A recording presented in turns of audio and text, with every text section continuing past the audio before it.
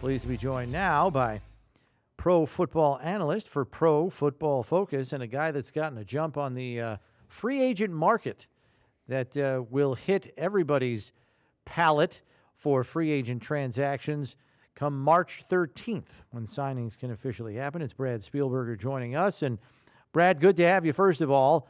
Talk about getting an early jump on this, man. You've covered the gamut here on PFF.com. Not only position by position breakdown, a top 150 of free agency. Holy crap. Like, when did you get started on this? Thanksgiving? My God.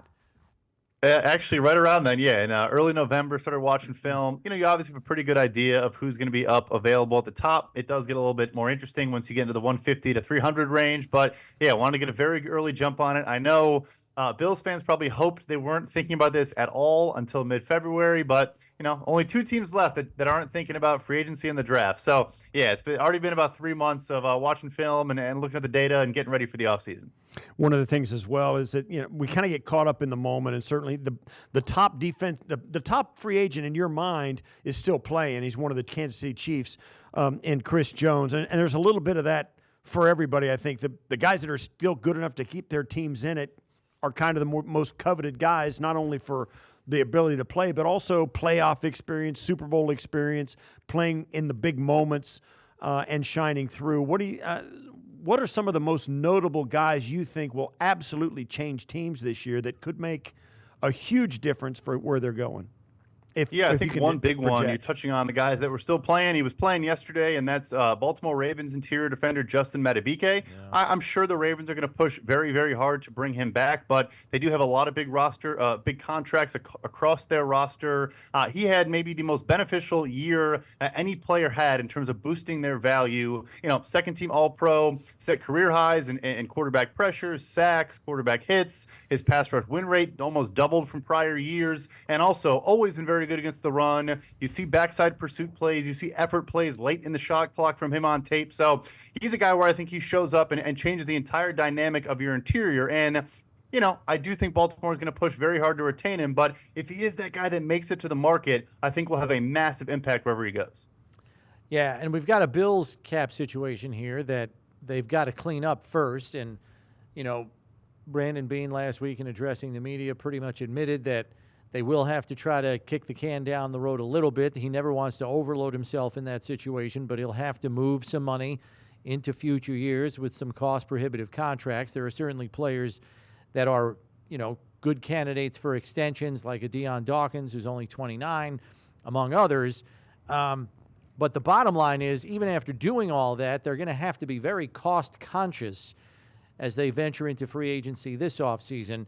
But from a sheer numbers standpoint, 8 of their 12 defensive linemen on the roster are free agents. From a sheer numbers standpoint, they're going to have to address that position in free agency as well as the draft.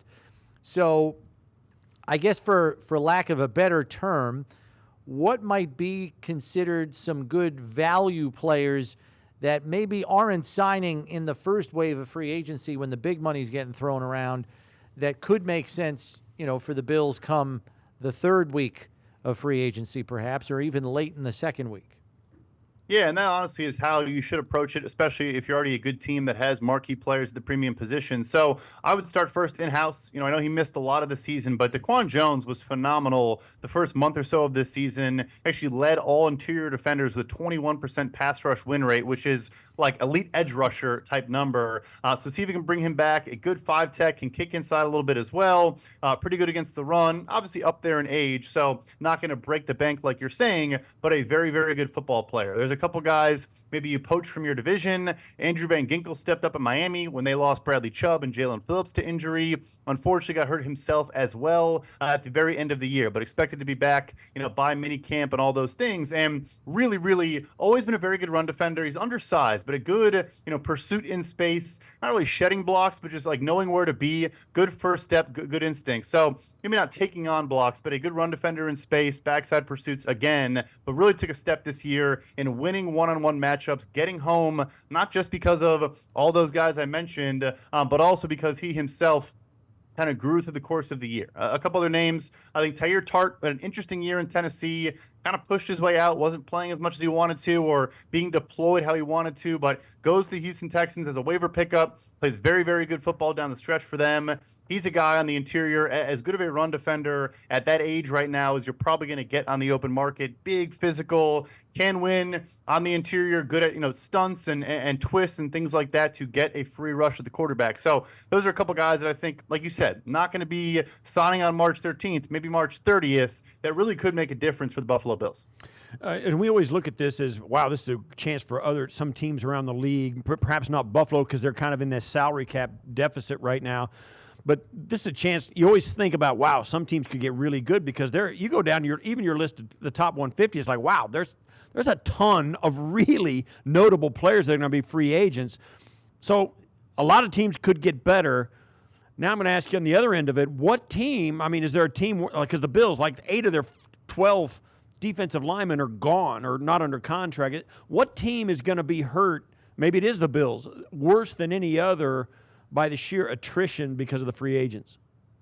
Yeah, the Bills probably are on that list if I had to pick. They obviously have a lot of good players, even good rotational pieces. A.J. Epinesa took steps this year, also a pending free agent. So I think they are certainly, unfortunately, on that list. But I guess in good news, I think 2 other teams in the division. We talked about Miami. Christian Wilkins, also a possibility. Did not get an extension done. Miami has a bunch of huge contracts that they need to figure out going forward. Maybe he makes it to the market coming off, again, a year where he just exploded as a pass rusher. Been one of the best run defenders in the entire NFL, led the NFL in defensive stops against the run over the last couple seasons. So, and then a team that wasn't good, the New England Patriots quietly have a lot of important pieces.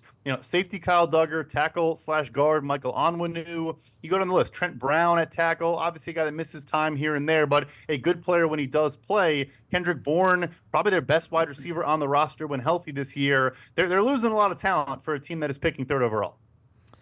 Yeah, and then for Buffalo, they're going to have to fill in places where they can probably use budgetary signings. Brandon Beane's been a big fan of the 1-year contracts to kind of mitigate long-range costs, and he's done that at running back. He's done that at linebacker. Might be in a position to do that again, knowing those contracts are all turning over. Ty Johnson was a player that was a pleasant surprise for them. As a matter of fact, he supplanted Latavius Murray towards the end of the year when Murray's legs kind of went on him as an age 33 running back, and Johnson offered far more explosion and speed at the position. I would like to think he'd still be relatively affordable, knowing he was playing a secondary role to James Cook, but man, he'd be a good, second part of a 1-2 punch. I think you really saw the faith they had in him, even in the playoffs, getting not only early down runs, but also, we think of James Cook, especially once Joe Brady took over, started putting him in the slot more, lining him up out wide, running choice routes over the middle, but also running legit, routes down the sideline, not just wheel routes, and really being used as a receiver. And even Ty Johnson started eating into some of those screen passes, quick outs, things of that nature. I agree with you. Fortunately for Buffalo, it's a loaded class at running back. So we know it's a tough position right now to get paid at. When teams are thinking about Saquon Barkley, Josh Jacobs, Tony Pollard, Austin Eckler, your old pal Zach Moss, like you go on the list of guys that had very good seasons, he is on there. Jonathan, he had a strong end to the season, but yeah, I don't think you're breaking the bank there. What about at wide receiver? The Bills, Brownie's going off. He says, listen, they're going to get 2 wide receivers in the first 3 rounds, no matter what. That's what I want them to do. Chisel it in stone. But this is a position that has really blossomed over the last 4 or 5 years. The draft has been thick at the top with really good guys who come right in and contribute right away to really good teams. And it seems to be happening every year. And now, of course, with free agency, now you've got wideouts on the free agent market. T. Higgins to name one.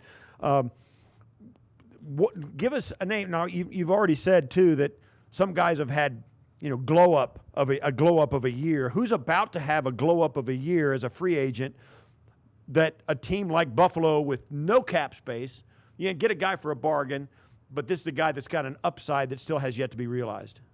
Yeah, so the draft is loaded, so I think it's a pretty sound strategy there too. And I think this is quietly, maybe not quietly, like maybe the biggest need on this team. Defensive line, of course, but more weapons for Josh Allen to throw the ball to. So I would say in the higher end, when you mention the 1-year contract, the name that jumps out to me is Marquise Brown in Arizona, who missed some time the last couple of years, but when you watch him, still has wiggle, can create separation, a good hands catcher, and solid for his size, taking hits over the middle on intermediate crossers and corner routes to the sideline where he gets hit and still holds on to the football. Hasn't been perfect, hasn't been clean, but still a very, very good football player in my eyes. Another one for me is Darnell Mooney in Chicago. Dealt with injury this year.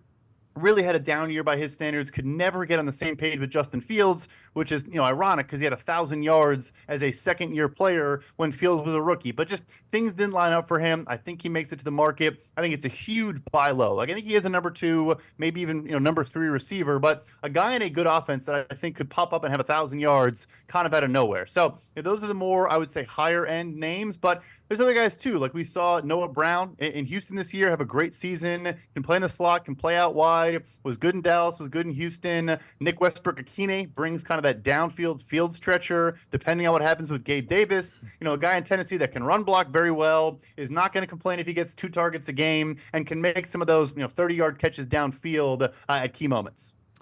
And then the safety position in the secondary at large is going to be interesting for Buffalo because you could have players that have been foundational pieces, in the McDermott era, aging out. We don't know what the future of Micah Hyde's career is going to be, whether he's just going to call it or whether he's going to try to still play. So that's up in the air at age 33. Jordan Poyer could become a cap casualty if they're really up against it.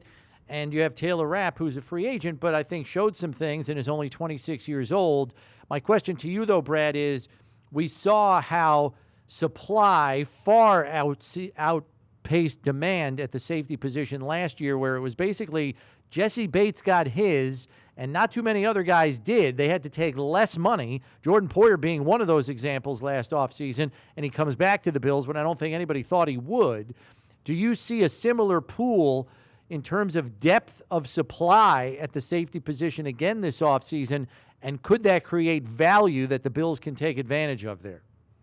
No doubt about it. It's a bit of a trend now going back a bunch of years. I think outside the difference-making guys that can come down in the box and make plays, or like a Jesse Bates can get you 4 or 5 interceptions a year, making great plays, good ball skills. There are a lot of very quality, starting caliber safeties that still reach the market, probably want to get more than they ultimately signed for, and is no different this year. So, I could rattle off 10 names here, but, Mike Edwards in Kansas City, they've been rotating a lot of safeties. They play some, big nickel, big dime type packages. He's been that third safety, always makes plays on the ball. His interceptions per snap played is a fake stat I'm making up on the fly here, but got to be one of the highest in the NFL the last couple of years. He's an interesting talent. I think Deshaun Elliott in the division had a very good year in Miami.